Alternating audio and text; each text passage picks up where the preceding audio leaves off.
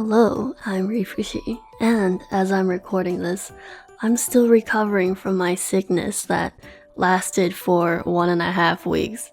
I'm pretty much all recovered now, but I'll still wait a few days before I start eating sushi and ice cream again. So I'll be talking about how I got a cold, then a fever, and then I ended with the stomach flu. So you probably shouldn't watch this video now if you're eating, because I'll be talking about super gross bodily functions, unless you like that. It all started on the 7th of February. I stayed up until 3 AM the previous night, working on a video, and promised that I was gonna sleep early tonight.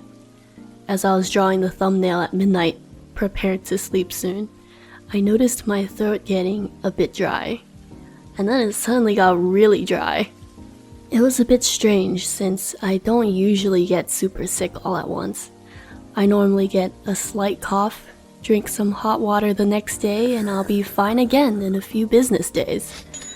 But I went to sleep anyway, thinking that I probably just worked too hard recently. The next morning I woke up with my throat still feeling sore, but I usually don't eat breakfast right when I wake up, so I went to finish up the thumbnail.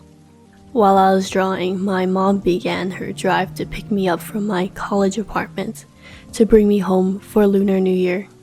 So I decided to finish my minestrone soup. I don't know how to say minestrone. How do you say minestrone soup in the fridge? I drank my soup while chatting with my housemate, and I realized I felt really nauseous, so I awkwardly said, "My appetite kinda sucks right now. I need to go." And when I got back to my room, gross warning alert, everything I ate came back out the same way. I thought, hey, that was unpleasant and weird. But actually, I instantly felt better. So I posted the video, and my mom stole me from my apartment. Over the next few days, I laid in bed, watching YouTube shorts every day. I had a database midterm coming up on the 15th, so I thought I would recover and move back before then. And I did recover. Slowly, my cold symptoms started to clear up. I could see the light. I thought that from now on, when I'm healthy, I should appreciate being able to breathe again. When the 13th rolled around, I decided to make a Valentine's Day short, thinking that I felt good enough to work on something again. But while I was working on it, I got super overheated, and I was like, alright, I'm definitely not drawing the rest of the panels that I planned. I thought I had overworked myself again, even though I barely did anything, and decided that I wasn't going to work on anything until I was fully better, so I decided to stop and go to sleep. On the night of the 13th, I woke up throughout the night several times, disrupting a dream I was having about my childhood crush. When I woke up in the morning, I was overheating, and I remembered something I learned, that when you have a fever, you'll start to feel cold, because the temperature of your surroundings is cooler than your body, and then your body will continue to generate heat to compensate. So it's not a good idea to cover yourself with blankets. So sure enough, I had a fever on Valentine's Day, so I continued to be bedridden for the whole day. While my cold recovered slightly, now I was overheating and getting chills for the whole day and taking Tylenol to reduce my fever. The best part of this day was that my dad got me a Valentine's Day gift. I felt so loved, but I continued to be cold and sad and useless. Wait a second. But I have a midterm tomorrow.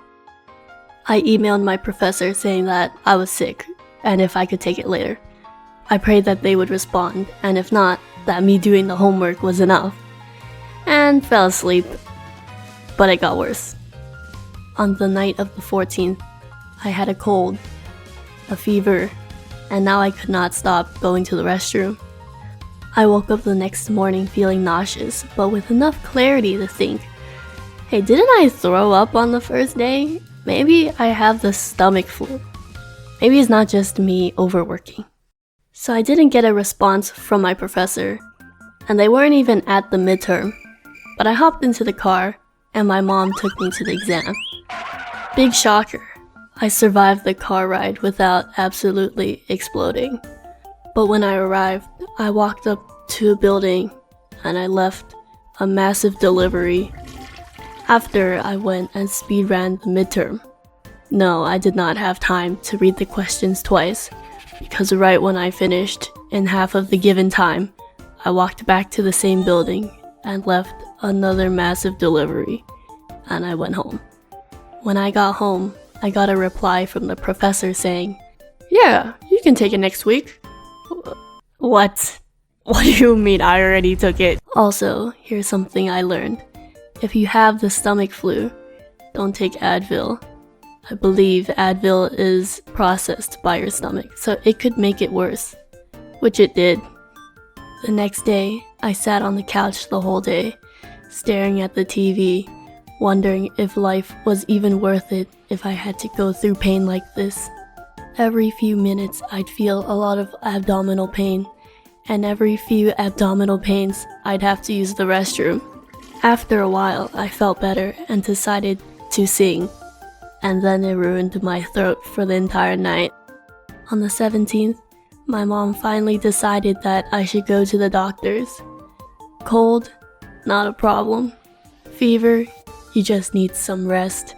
Stomach flu? Okay, there might be a problem. I went to the doctors and they prescribed me Pepcid and Pepto-Bismol. They also mentioned that I should just eat light food, like apples, bananas, and salt crackers. So I decided to go home and eat an apple. And I started to feel better, so my mom said, "Hey, why don't you just eat normal dinner tonight?" And I thought, yeah, I am feeling better. I should just... Don't do that. Don't eat normal food when the doctor tells you to eat apples and bananas. But the next day, on the 18th, is when I finally started to feel better again. It was so nice to finally be able to breathe and eat food again. I didn't realize how nice it was to eat food and breathe until I couldn't.